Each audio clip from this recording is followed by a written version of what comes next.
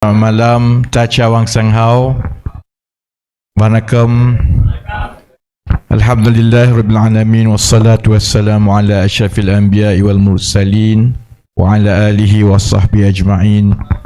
Rabbi syrah li sadri wa yassir li amri wahlul 'uqdatam min lisani yafqahu qawli. Saudara pengurusi majlis yang paling ranggi dan Gen Z saya pernah tengok. Saya ingat betul lah, kita memang nakkan mendapat sambutan yang baik dan mewakili suara yang lebih muda. Tapi saya tidak pernah lah terbayang ada satu majlis politik, pengurusi majlis macam itu kan. Dr. Rais, Saudara Jo, Saudara Syukri, Saudara Nick, semua yang hadir. Dan saya nak minta maaf awal-awal yang kat belakang tu, terutama yang kalau yang tua sikit, sebenarnya boleh kat depan macam kalau nak duduk, sebab lama berdiri. Saya selalunya bercakap 5 jam je.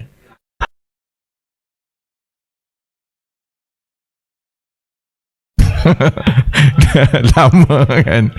Jadi saya nak minta maaf awal-awal. Ada akak tanya, kata korang ni lain kali book lah Dewan Besar sikit. Sama macam di Johor semalam, sama juga macam di Melaka malam inilah. Kita baru 3 minggu. Saya pun tak tahu. Saya dengan ni, bila kita bincang dengan pasukan kita, kod ada 20 orang. Sebab saya pernah dulu masa kempen untuk PKR, pusingan pertama 20 orang kan. Jadi wartawan semua akan ambil yang gambar kosong lah, jadi isu lah kan.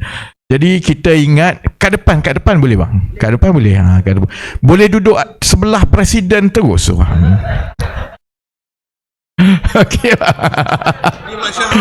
Okey, masya-Allah. Nah, sebenarnya ada satu dua lagi bang kat depan ni. Especially yang berumur sedikit, yang muda-muda kalau boleh bagi, kesian sebab takut lama kan. Jadi kita baru 3 minggu. Bila 3 minggu ni, kita tak pastilah, sebab saya pernah ingat zaman-zaman 2016, pusingan pertama saya berkempen untuk kita menangkan kerusi-kerusi marginal. Dan satu kerusi marginal yang betul-betul kita tumpu ialah di Melaka lah, di Tangga Batu. Masa itu orang Melaka kata kau ni buat kerja gila, sebab dalam Tangga Batu ni ada kem askar dekat Sungai Udang. Mustahil lah boleh menang dekat Tangga Batu. Jadi masa awal-awal memang betul, bila pergi bagi ceramah untuk kita jumpa orang, memang 20-30 orang saja.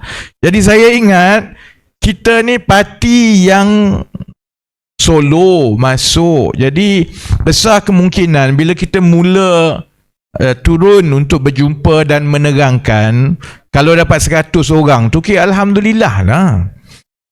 Jadi sebab itu dewan-dewan kapasiti yang kita book setakat ini memang dalam 400, 300, 500 kan. Jadi alhamdulillah, saya ingat kalau sebelum Nick habis berucap tadi, yang menonton secara digital dan live sebenarnya telah melebihi 10,000 orang.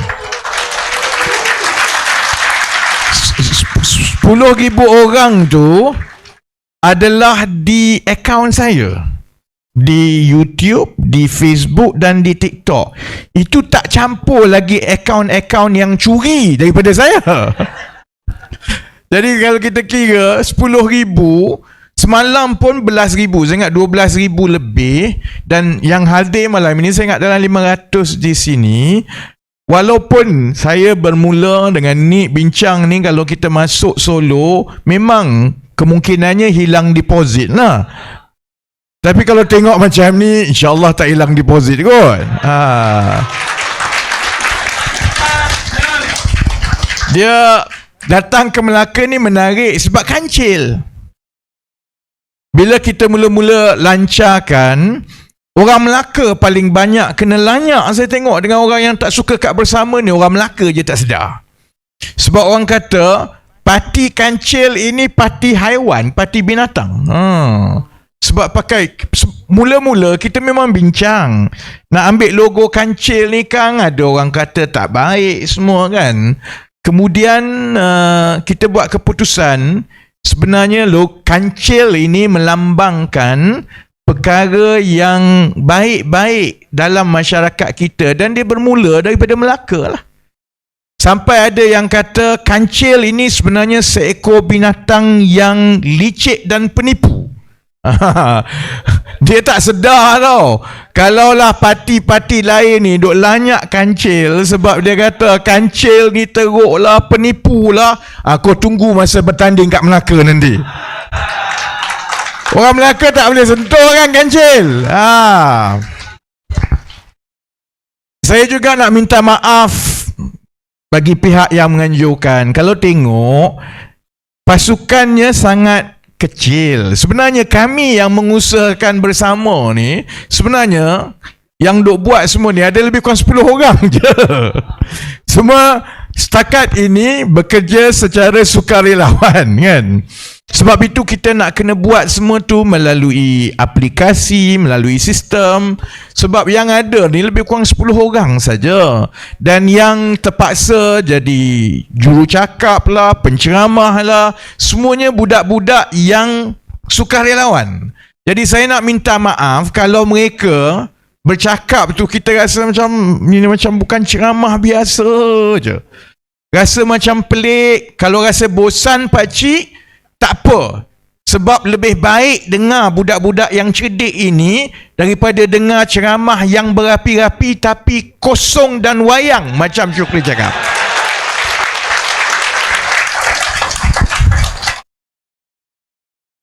Sebab bagi saya lah, dan saya rasa itu beza saya, Nick dan kawan-kawan yang ada dalam bersama. Sebab berpolitik ini sepatutnya bukan untuk kita. Berpolitik ini, walaupun orang selalu sebutlah, oh kami untuk rakyat, kami untuk itu. Tapi kalau pandangan saya lah, kalaulah kita nak tengok seorang dan satu organisasi politik, kita tengok ruang pembaharuan dia. Renewal space yang dia bagi kepada orang ramai. Dan cara yang baik untuk menguji dan menilai renewal space itu ialah melihat bagaimana dia mampu mendidik dan membina bakat-bakat baru dan pemimpin-pemimpin baru. Parti-parti memang semua dulu bermula dengan baik, tapi ada satu masalah besar, dia tak nak lepas. Sebab itu asal usul bersama ni pelik. Orang tanya kenapa Syukri Razak ialah presiden. Siapa Syukri Razak ni kan? Kenapa saya dengan Nick ni ahli biasa je? Sebabnya ialah satu, memang kami sebenarnya tak terfikir langsung soal kami jadi presiden ke dulu. Dan saya ingat Datuk Seri Hamzah sekarang ni nak sentuh sikit lah. Sebab Azmin datang Melaka, dia hentam Hamzah betul-betul kan. Azmin Ali, untuk siapa-siapa yang lupa. Jadi saya ingat, kami dan juga Datuk Seri Hamzah melalui proses yang sama, iaitu kami memerlukan satu platform politik yang baru. Cuma jalan yang kami ambil tu saya ingat agak berbeza. Saya ingat kalaulah pimpinan yang lain, ahli politik kanan yang lain, bila dia nak ambil alih satu platform tu, syarat dia mesti jadi presiden. Sebab dia nak sign watikah. Sebab presiden yang akhirnya akan sign watikah dan menentukan calon. Payahlah macam tu. Banyak cerita lah. Dan kalau dia nak buat macam itu, kalaupun dia berjaya ada dapat satu parti politik yang nak dia ambil alih, setuju dia jadi presiden, bila dia tukar sampai ke ROS, kena gam dekat ROS. Jadi sebab itu kami, alhamdulillah lah, saya dengan Nick pun dua-dua tak nak ada jawatan apa-apa. Tugas kami pada peringkat ini, oleh kerana macam Nick kata, bersama ini adalah political startup, tugas kami ialah scale up cepat-cepat. Dan kalau nak scale up cepat-cepat, muka yang orang kenal sikit setakat ini, saya dengan Nick lah, Dr. Rais orang kenal sikit lah, tapi Samdek Joe siapa kenal?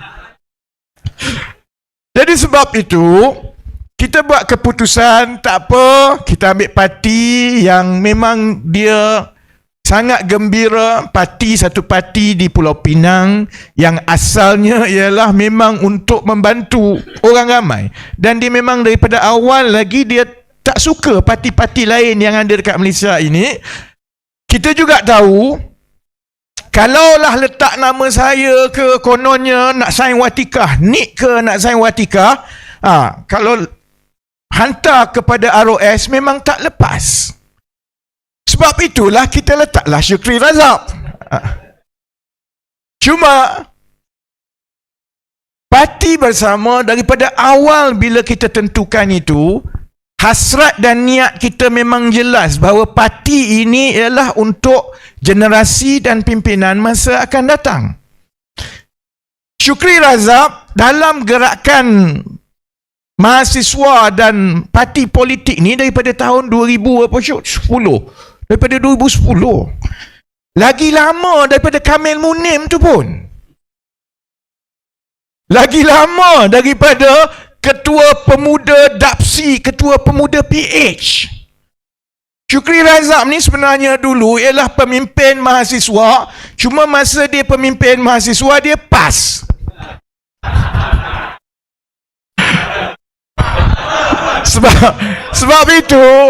Sebab itu ucapan dia tadi bunyi macam itu ceramah PAS.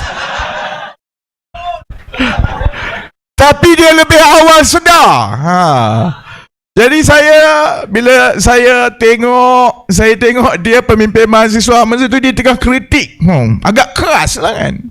Jadi daripada situ kami jadi kawan, dan sehinggalah sampai sekarang. Maksudnya ramai di kalangan yang muda-muda ini, yang selama ini telah lama berkhidmat, membantu masyarakat, membina gerakan politik dan masyarakat, kalau mereka terus dikekang oleh budaya politik yang ada sekarang ini, mereka takkan ke mana-mana.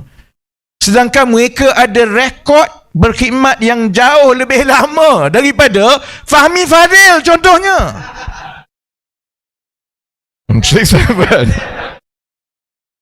Jadi sebab itu, saya dengan Nik langsung tak ada masalah bahawa Presiden Parti Bersama ini ialah bagi kat saudara Syuk. Sebab dia telah teruji, dia mewakili anak muda, dan sepanjang saya kenal dia, saya tahu bahawa dia tak pernah pun fikir pasal jawatan, nak jadi menteri, nak jadi calon. Berapa kali pilihan raya kami lalui bersama, 2013, 2018, 2022, dia tak pernah minta ataupun nak jadi calon. Orang macam ini, dan saya yakin ramai lagi yang muda-muda macam ini, saudara-saudari orang macam ini yang kita nak tolak ke depan jadi calon.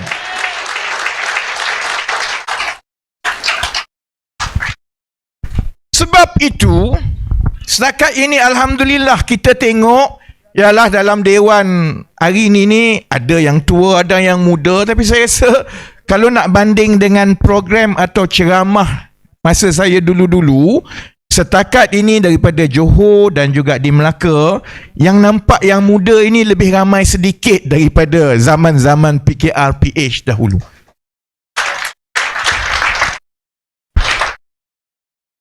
Sebab itu, sambutan itu saya harap kita teruskan. Saya juga nak minta maaf kerana memang ada banyak kekurangan. Contohnya baju kan. Dr. Rais komplain memang dia tak ada saiz kan. Saya sebenarnya terpaksa dengan kawan-kawan yang 10 orang ni, kamilah juga yang nak semak siapa order apa. Antara komplain yang saya paling pening kepala ialah saiz baju. Ada yang kata saiz baju yang ada double XL, triple XL itu dah habis. Itu tak apa lagi tu, boleh tahan lagi. Kita juga ada yang komplain dia dah dapat baju double XL, dia komplain kat saya baju double XL tu tak muat dengan dia. Jadi dia salahkan saya. Dia kata, YB, sebenarnya baju you tipu. You kata double XL, sebenarnya L. Aku malah nak cakap, tak, baju tu memang double XL, you yang lebih besar. Setakat ini Alhamdulillah, dan kita berharap lepas ini ramai lagi yang muda-muda, yang berpengalaman. Dan malam ini saya tengok kiri kanan ya. Ada saja bekas-bekas pegawai-pegawai tinggi kerajaan, korang je yang tak tahu. Dan saya nak sebut, ni Syuk boleh sahkan, bila kami tengok permohonan keahlian, kami terkejut. Sebab banyak pegawai kanan kerajaan yang menjadi ahli bersama. Putrajaya tu kecil tau. Putrajaya tu kecil. Dia bukannya macam saiz kawasan parlimen yang besar. Tapi Putrajaya ialah termasuk di dalam top 20 keahlian bersama. Dan kami jadi tengok satu-satu tu sebab mulanya saya tak pasti pegawai tinggi kerajaan ni, PTD tinggi-tinggi ni boleh ke tidak dia jadi ahli parti politik. Mula kita ingat tak boleh. Rupanya boleh tetapi tidak boleh pegang jawatan saja. Jadi sebenarnya setakat inilah saya tahulah kita akan diserang dan dikritik oleh semua. DAP kata kita pecahkan undi Cina. Yang PAS, yang Bersatu, yang UMNO kata kita pecahkan undi Melayu. India aja belum kutuk lagi ni. Kan? Jadi setakat ini saya dengar soal bersama pecahkan undi Cina. Yang Melayu kata kami pecahkan undi Melayu. Sebab itu kita nak kena berbalik kepada soal renewal, pembaharuan dalam masyarakat. Ini yang kutuk-kutuk kata pecah undi ni dah. Dia tak sedar sebenarnya mereka semua berpecah daripada asal mereka. Dia tak sedar. PAS berpecah daripada UMNO tahun 1951. Dia berpecah kerana dia rasa bahawa pembawaan UMNO tahun 1951 itu tidak lagi melambangkan hasrat yang mereka perjuangkan. Tak apalah, kita terima lah.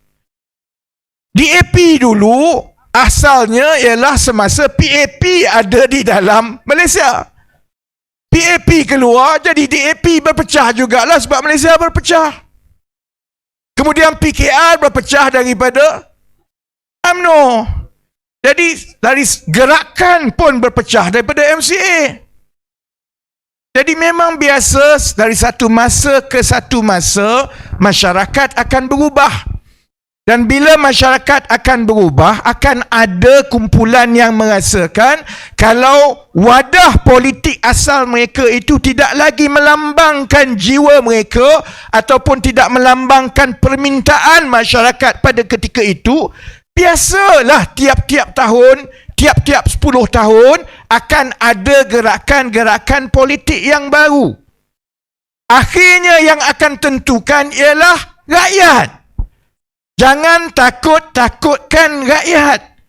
Jangan kita gunakan pendekatan yang sama yang kita lawan dahulu, tapi bila kita berkuasa, kita gunakan pendekatan yang sama kerana kita takut dengan bayang-bayang kita sendiri. Sebab itu, bersama sebaiknya lah, ceramah kami mungkin lain sikit lah. Saya pun nak kena ubah daripada zaman-zaman PKR, PH dahulu. Sebaik yang mungkin kita nak kena campurkan soal masa depan. Kerana Melayu ke, Cina ke, India ke, Iban, Kadazan, orang asli, Sing. Kalau di Melaka ada Portugis. Masalah kita sama sebenarnya. Akhirnya kita kena bayar bil.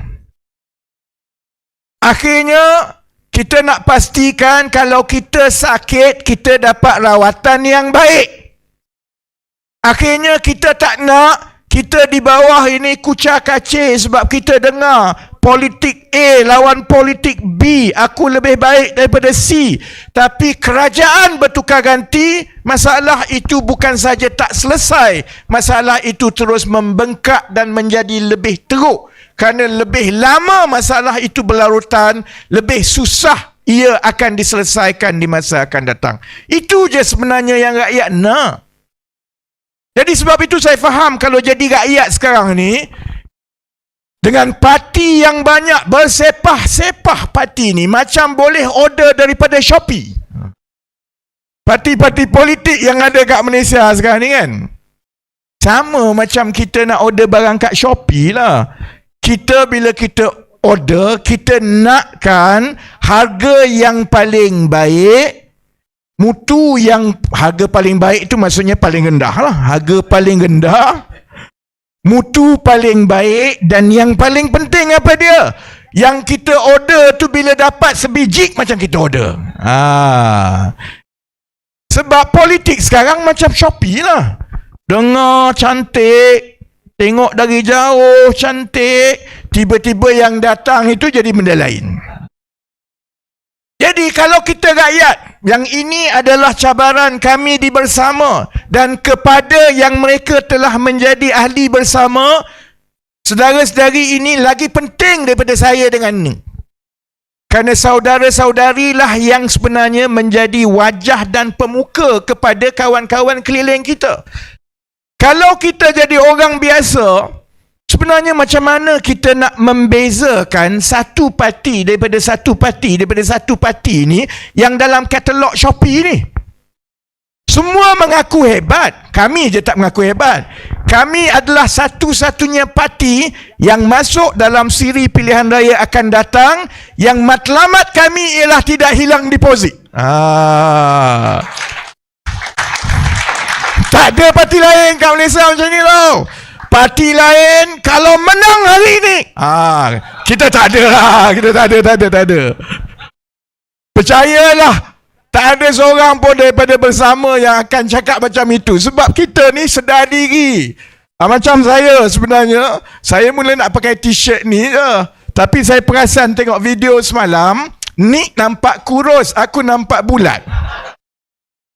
Jadi saya pun terpaksa lah pakai vest. Jadi kita ni buat baju kena ukur kat badan lah. Kita tahu bahawa kita ada matlamat jangka panjang. Kita tahu bahawa masa depan Bersama dan juga masa depan negara ini bergantung kepada barisan yang kita tampilkan nanti, yang insya-Allah tunjukkan gabungan yang baik, yang muda, yang tua, yang profesional, yang berpengalaman, yang ahli politik pernah jadi, yang wakil masyarakat semua. Rakyat akan ambil masa sedikit untuk mengukur kita. Yang penting apa dia? Bila rakyat nak ukur kita, cabaran kami di Bersama ialah memastikan bahawa kita bina satu parti politik, satu gerakan rakyat yang mana prinsip dan juga nilainya itu mestilah berpaksikan kepada dua perkara yang paling penting yang saya rasa rakyat nak. Satu ialah keberanian. Satu lagi ialah keikhlasan. Menang kalah itu kita usaha, Allah tentukan. Kita orang Islam faham konsep tawakal. Jangan jadi macam ahli politik, pang tapi tak reti tawakal. Kita tawakal lah, usaha lebih-lebih. Lepas tu kalau Allah dah tentukan kita tak hilang deposit, Alhamdulillah lah. Tapi yang penting ialah bila kita mula parti yang kain putih. Saya harap saya, Nick, Syukri Razak, kawan-kawan yang lain, masalah kami ni, kawan-kawan lain ni masih lagi banyak yang kena bersembunyi. Allah nak tunggu dia orang keluar ni, muncul ni punya lawak. Sebab tu orang kata, saya dengan Nick kata, lunyai kita nak tunggu yang lain muncul ni. Berapa kali round kita dua orang je nak pergi ceramah ni, matilah. Tapi kawan-kawan yang lain juga saya pasti ramai, bukan saja daripada PKR, daripada parti-parti lain pun ada. Kita bertanggungjawab membina satu wadah politik baru yang kita tawarkan kepada rakyat, dan kita kena tunjukkan daripada awal bahawa politik masa depan, kalau betul kita kata kita nak bela rakyat, kita kena berani jadi suara rakyat. Itu masalah yang kita ada sekarang. Apabila politik itu, parti dan gabungan-gabungan besar ini, PH, BN, PN ini, apabila sejak 2018, matlamat gabungan-gabungan ialah untuk menang Putrajaya ataupun menang kerajaan negeri. Akhirnya mereka terpaksa menjadi gabungan. Bila dia jadi gabungan, dia dah tak jadi berani dah. Sebab kalau terlebih sebut, cakap sikit, maka ada orang tak puas hati. Kalau membawa isu yang dilihat mengkritik parti atau kerajaan sendiri, nanti kena marah. Sebab apa? Sebab kita ni saingan terlalu dekat dengan parti-parti lain. Kalau kita jatuh sikit tak popular, Anwar Ibrahim tak boleh jadi Perdana Menteri. Itu yang kita nampak, sedangkan perkara itu jelas di depan mata kita. Soal kes Azam Baki, kita nak pusing kok mana lagi? Memang jelas benda itu tak kena. Daripada tahun 2021, 2022, kemudian keluar balik 2025. Tak cukup dengan soal saham dia, bukti-bukti mengenai mafia korporat ni keluar satu-satu. Saya sebut mengenai jumlah saham yang Azam Baki ada. Sampai sekarang tak ada jawapan. DAP tak cakap, Amanah tak cakap, PKR tak cakap. Bukan mereka tak tahu, tapi bila budaya politik kita ini ialah budaya untuk kita kekal berkuasa, maka mangsa pertama ialah keberanian untuk bersuara.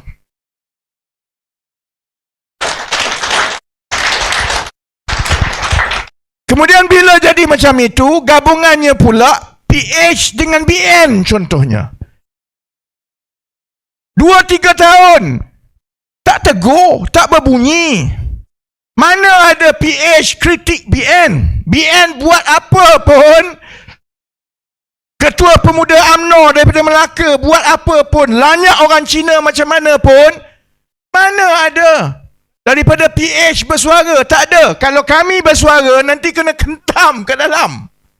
Sebab ini tidak mengikut peraturan dan juga tanggungjawab bersama. Kamu nak jadi hero ke? Kamu tegur. Kalau kamu tegur, nanti akan retak kerajaan madani. Jadi kita pun diam, tahan sajalah. 3 tahun, apa yang berlaku? PH tak pernah kritik BN. BN seorang 2 orang je yang kritik, yang lain semua pandai-pandai sama dia orang.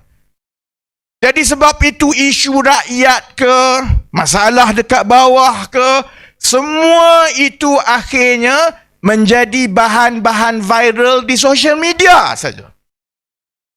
Dia jadi viral di social media sehingga muncul influencer-influencer ni. Sebabnya rakyat secara keseluruhan merasakan bahawa ahli politik dan parti politik telah dimandulkan. Mandul lah.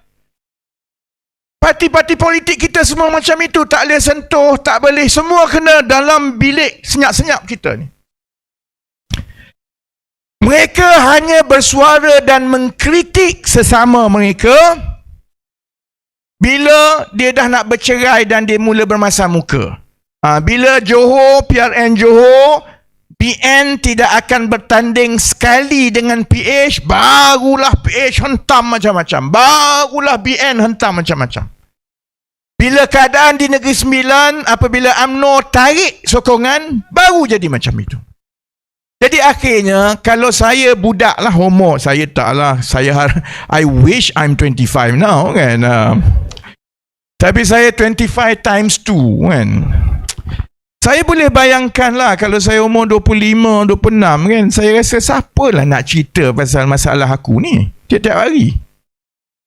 Siapa sebenarnya yang akan betul-betul bawa berjuang, dan kalaupun dia tak ada kuasa, paling kurang suara kami didengari dekat atas. Sebab itu kami rasa ada satu keperluan bahawa perlu ada satu gerakan dan platform politik yang berani menyuarakan sesuatu lawan siapa-siapa. Kalau DAP salah, kita cakap DAP salah. Kalau UMNO salah, kita cakap UMNO salah. Kalau PAS salah, kita cakap PAS salah. Menang kalah belakang kira, tetapi keperluan masyarakat dan generasi akan datang, kita tak boleh padamkan suara ini hanya kerana perkiraan dan perbincangan untuk berkuasa di atas. Biarlah kami tak menang, tak apa. Tapi paling kurang kalau ada orang yang berani dan bebas bersuara, yang ke atas tu dia tak ada pilihan. Paling kurang dia kena buat juga. Tak banyak pun dia kena buat sedikit. Dan kalau kita boleh buat begitu, maksudnya bersama yang kecil ini memang betul-betul cerdik macam kancil lah. Sebab bersama yang kecil boleh buat sesuatu yang gajah macam PH tak boleh buat, saudara-saudara. Jadi kalau tanya saya, orang tanya masuk pilihan raya tak ada strategi ke, pakai sondol saja hilang deposit. Itulah strategi kita.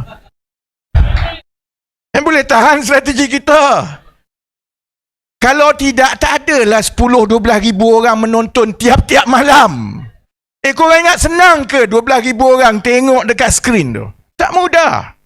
Jadi saya menerima reaksi awal orang ramai ini bahawa memang betul ada keperluan untuk satu platform politik baru yang kalah menang tu tak apalah, tapi kita kena bawa suara rakyat. Kalau tidak, siapa nak bawa suara? Tambah lagi kalau yang bawa suara itu, masalah dia itu ialah kumpulan kecil. Kamu tak penting lah. You don't matter because you are a small group. You don't matter because your issue ni takkan bagi pilihan kepada kita. Setiap satu perkara masalah rakyat tu dia akan berkira-kira, kalkulatif. Kalau saya sebut, nanti saya hilang undi itu, dia tak payahlah. Politik zaman itu saya harap berakhir dalam PRU ke-16 tak lama lagi. Dan kalau kita berjaya buat itu, saya berharap jugalah orang ramai boleh nampak bahawa bersama bercita-cita untuk kita bawa balik keikhlasan dalam politik.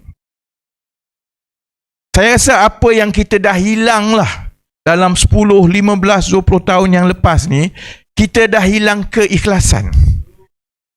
Saya tak kata kami ni semua baik.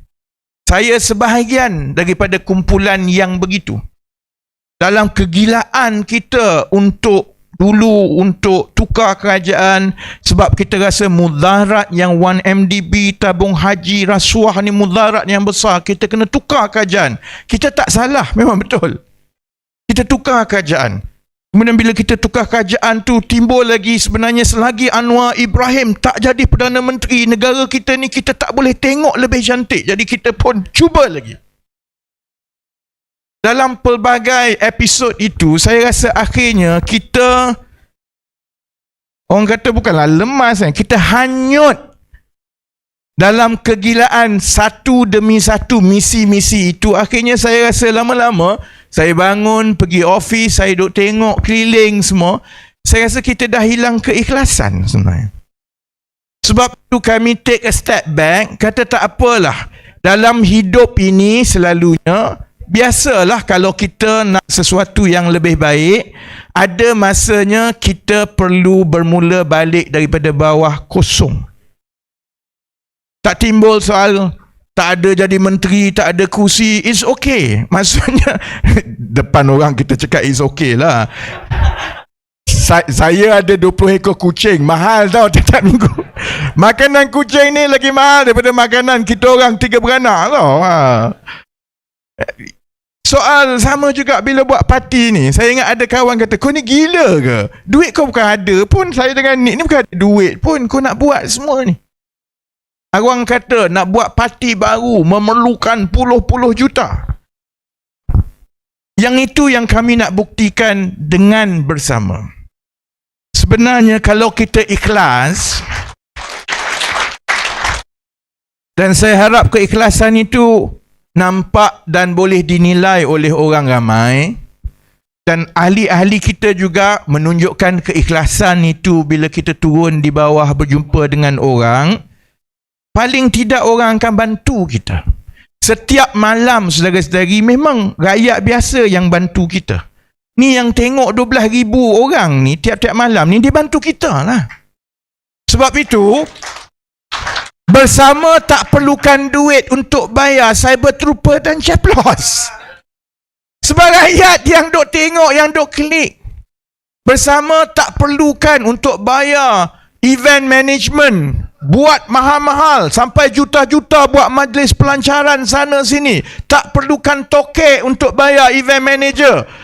Akhirnya kita dapatlah seorang pengurusi majlis yang selalu sangat hipster malam ini sebab dia suka lawat. Kita tak perlukan. Sebab saya yakin kalau kita ikhlas, rakyat akan bantu kita. Dan tiap-tiap hari memang betul rakyat duk bagi duit kepada bersama. Orang tanya, ni macam mana kamu nak cari duit semua ni kan? Memanglah kami, adalah saya letaklah duit saya sikit, ni letaklah duit dia sikit kan? Tapi daripada tempoh bersama dilancarkan 3 minggu lalu sampai sekarang, duit bersama dalam bank ada 750,000 tau. Korang tepuk ingat banyak 750,000 tu sikit lah. Tapi maknanya, kalau saya dengan Nick nak bagi 750,000, mana ada duit kita orang? 750,000 tu 500,000 adalah daripada saudara-saudari ahli-ahli sebab kena bayar RM20. Ahli dah lebih daripada 24,000, jadi memang dekat 500,000. Yang RM250,000 lagi tu ialah orang yang tiap-tiap hari bagi RM20, RM10. Bukanlah orang yang sama. Tapi tiap-tiap hari ada saja rakyat Malaysia yang bagi. Jadi tiap-tiap hari kita ada RM2,000, RM3,000. Kita crowdfund. Dan yang itulah yang menjadi modal untuk kita buat jelajah turun semua ni. Sebab saya sebab itulah juga dewan kecil kan. Sebab saya yakin sebenarnya kalau kita ikhlas, Allah bantu, dan cara Allah bantu ialah dengan membuka hati orang-orang biasa, yang Melayu, yang Cina, yang India, untuk mendengar. Dan bila dia dengar kita, saya berharap mereka lebih terbuka hati untuk menyokong kita. Dan bila menyokong kita, sebab ni orang biasa semua ni, ratus-ratus ribu rakyat biasa, maka dia bagilah RM10. Dia tahu ini memang parti kecil, memang tak ada apa, orang gila masuk lawan semua.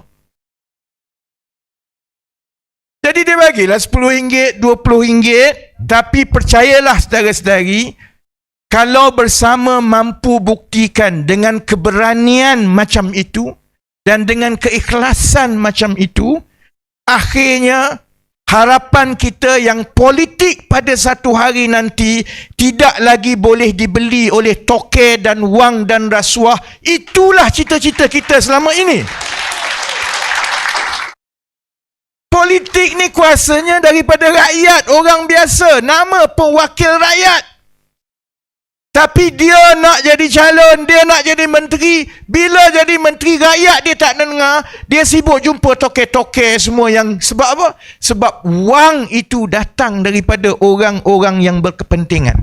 Bila wang itu datang daripada orang berkepentingan, nak ubah sana orang ni tak setuju, nak buat sini orang tu tak setuju. Akhirnya kita bertukar kerajaan macam mana pun, negara tak berubah kerana dasar dan juga pendekatan kerajaan itu sama. Yang bertukar ialah watak saja. Anwar Ibrahim kata, saya tengok semalam kan, takkan aku tak komen. Dia komen kita kena komen lah balik lah. Dekat Pakatan Harapan, saya pun kesian juga dia. Dia cakap buat parti ni memanglah boleh buat parti. Tiap-tiap minggu ada parti. Betul. Saya pun setuju. Sebab tu saya kata parti sekarang ni macam order daripada Shopee. Betul. Tapi dia kata parti ni sebenarnya, dia ingat senang ke nak mentadbir negara ini? Negara ini rumit. Jadi saya tengok kawan kita kenal dia lama, berpuluh tahun. Daripada saya muda lagi. Lebih muda daripada yang ada muda ni semua ni kan. Akhirnya, keseluruhan kempen Pakatan Harapan ialah mengenai hebatnya dan penatnya Anwar Ibrahim, seorang yang berumur 80 tahun yang sanggup lagi bekerja demi negara. Sama-sama kita ke atas tu bolehlah. Tanya budak Gen Z kata, dah kau penat umur 80, kau bersara je lah. Dia sangat disconnect. Dia boleh cerita pasal, selepas ini saya ni walaupun dalam tempoh kempen pilihan raya negeri, saya sanggup untuk pergi ke Turkmenistan. Petronas kata dia dah nak sign, tapi saya kata jangan sign, biar saya pergi. Dia akan betul. Dia tak tahu aku dulu lama keluar masuk ke Turkmenistan. Tapi nak menunjukkan begini tau. Maksudnya ialah keseluruhan kempen Pakatan Harapan sekarang ini berkisar kepada simpati dan juga taksub kepada seorang batang tubuh. Saya nak kata dia tak pernah sampai Turkmenistan kot. Saya selalu sampai kat Turkmenistan dulu. Adalah cita-cita nak kahwin dengan orang Turkmenistan. Tak cakap, isteri saya tak pernah tahu. Ini dulu kan. Dan sebenarnya kita tahu macam mana proses merundingkan kontrak antara Petronas ke dengan Turkmenistan ke, dulu Sudan ke. Yang runding tu Petronas sign sebelum ini, dia sign lah. Tapi Petronas maklumkan kepada kerajaan. Sebenarnya kalau Datuk Seri Anwar sangat penat, dah tua, kemudian dia tak larat nak kena berkempen dekat pilihan raya negeri, tak payahlah pergi Turkmenistan, benda tu tetap akan sign. Tapi sebab dia nak tunjukkan bahawa ni segala-gala beban negara ni dipikul oleh dia. Itu sebenarnya yang dah jadi kepada kita, seperti mana kita tengok dekat UMNO, kesian dekat UMNO. Pusing kok macam mana pun, masih lagi pasal Najib. Pusing kok macam mana pun, 1MDB tu sebenarnya fitnah Rafizi. Kau gila, satu dunia dah tengok. Akhirnya politik kita pusing kok macam mana ni, yang ke atas-atas ni, dia bukan lagi soal rakyat, dia bukan lagi soal negara, soal masa depan, soal orang muda, dia soal 3, 4, 5 orang tokoh yang dekat atas. Jadi sebab itu, saya berharap kita bersama ini, kita mula atas kain putih. Kita tak ada baggage itu. Saya dah sebut, saya dengan Nick ni tak ada apa yang hebatnya. Kehebatan Nick ialah perut dia lebih kempis daripada saya je. Yang lain tu tak ada apa. Cuma saya harap rakyat biasa boleh nampak saya, Nick dan juga bersama, pendekatan kami ialah kita betul-betul pegang kepada soal berani dan soal ikhlas. Dan kami bukanlah nak ungkit, tapi kalau kami tak berani dan tak ikhlas, tak adalah kami letak jawatan sebagai menteri. Tak adalah kita kosongkan 2 kerusi parlimen. Orang lain berpuluh-puluh tahun dia nak jadi ahli parlimen. Dia dapat jadi ahli parlimen tu, dia peluk macam bantal tiap-tiap malam. Dia tak lepas. Jadi parlimen tak datang lepas tu kan. Tapi yang penting ialah saya haraplah sedikit sumbangan saya dengan Nick ini dia jadi benih yang baik supaya bersama ini siapa-siapa yang nak masuk, kita tengok depan cermin dulu. Bahawa kalau tak ada keberanian, tak ada keikhlasan, masuk bersama ni lama-lama dia tak gembira, dia tak sesuai. Kerana parti ini dibina atas semangat itu, dan itu satu-satunya aset yang bersama ada dengan rakyat. Bersama tak ada duit, bersama tak ada orang hebat, bersama tak ada nama besar, bersama tak ada sejarah yang panjang, kita hanya ada keberanian dan keikhlasan. Dan kalau kita buat yang itu, insya-Allah semua cerita masalah rakyat yang kami ungkapkan dalam 12 agenda ni kan, soal gaji, soal pekerja asing, soal kos sara hidup, soal beban masa depan yang memerlukan satu sistem security sosial yang menyeluruh, soal pertumbuhan ekonomi, soal pendidikan, soal kesihatan, soal keterjaminan dan kedaulatan tenaga, soal perumahan. Yang itu tu semua saudara-saudari, kalau kita bermula dengan keberanian dan juga keikhlasan, insya-Allah kita rakyat Malaysia boleh selesaikan. Kalau hebat macam mana pun, program gempak macam mana pun, kutip cukai mencecah ke langit macam mana pun, tapi kalau tidak ada keberanian untuk berubah, keberanian membela rakyat, keberanian melindungi orang susah dan keikhlasan dalam politik, kita tak ke mana. Jadilah seperti yang kita ada sekarang. Jadi insya-Allah kita ada lebih kurang 30 minit lebih untuk soal jawab. Kalau soalan yang penat-penat, tanya Nick. Dan saya ambil kesempatan ini sekali lagi ucapkan terima kasih kepada semua yang hadir di Melaka, yang menonton. InsyaAllah saya daripada dulu lagi, kalau ingat PKR ni, dulu PKR ni